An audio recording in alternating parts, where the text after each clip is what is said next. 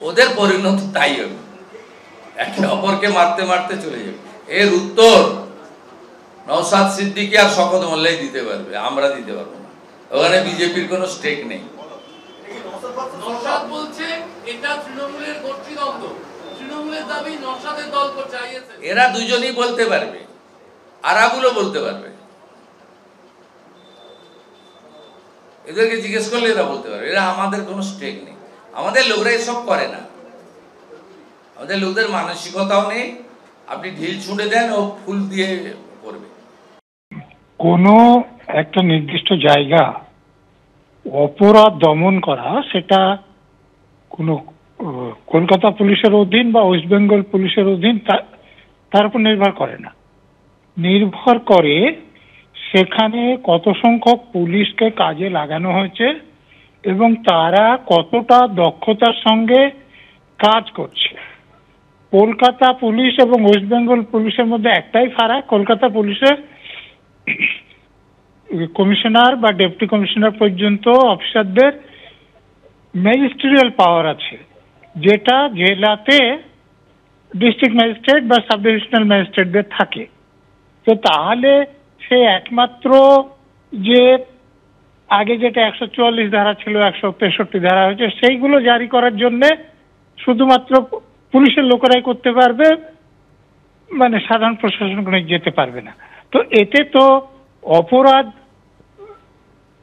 দমন বা কোনো অপরাধ ঘটলে সেটা তদন্ত করে অপরাধীকে ধরা, এতে সাহায্য হয় না। অতএব একটা জায়গায় যখন অপরাধের সংখ্যা বেশি হচ্ছে, অপরাধীরা অনেক বেশি করে থাকে, সেখানে পুলিশের সংখ্যা বাড়াতে হবে এবং পুলিশ যাতে দক্ষতার সঙ্গে নিরপেক্ষভাবে কাজ করতে হবে সেই সুযোগ দিতে হবে। বলুন। ধন্যবাদ।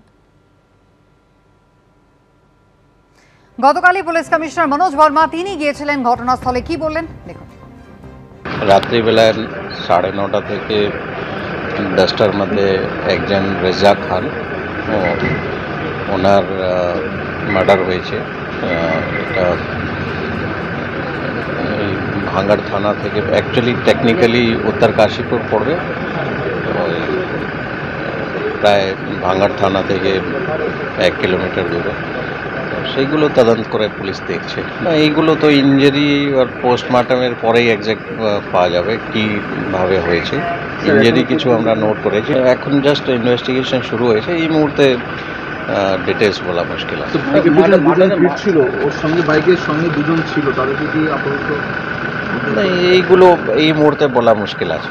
রাজ্জাক খান, যিনি চালতাবেড়িয়ার তৃণমূলের অঞ্চল সভাপতি, দলীয় বৈঠক করে বাড়ি ফিরছিলেন এবং অন্ধকারে বাড়ি ফেরার সময় একেবারে মাটির রাস্তা, পাশে ঝোপ জঙ্গল, যেখানে হামলাকারীরা তারা লুকিয়েছিল প্রাথমিকভাবে পুলিশ এমনটাই মনে করছে, এবং সেখান থেকে বেরিয়ে এসেই তারা কিন্তু গুলি চালায়। মৃত্যু নিশ্চিত করতে একেবারে ঘাড়ে গলায় কোপ মারা হয় রাজ্জাক খানের, এবং এই ঘটনা একেবারে পূর্ব পরিকল্পিত এমনটাই বলছেন ক্যানিং পূর্বের তৃণমূল বিধায়ক। তিনি দাবি করছেন ভাঙড়ের পরিস্থিতি আগের থেকে এখন অনেক নিয়ন্ত্রণে। আগে কালীপটকার মতো এখানে বোমা পড়তো, এখন পরিস্থিতি অনেকটাই ভালো। কিন্তু ইতিমধ্যেই প্রশ্ন উঠতে শুরু করেছে, পরিস্থিতি প্রশাসন যদি এতই ভালো হতো তাহলে শাসক দলেরই একজন অঞ্চল সভাপতি কিভাবে খুন হয়ে গেলেন? ভাঙড় থানা থেকে 1 কিলোমিটারের মধ্যে পুলিশ কি করছে?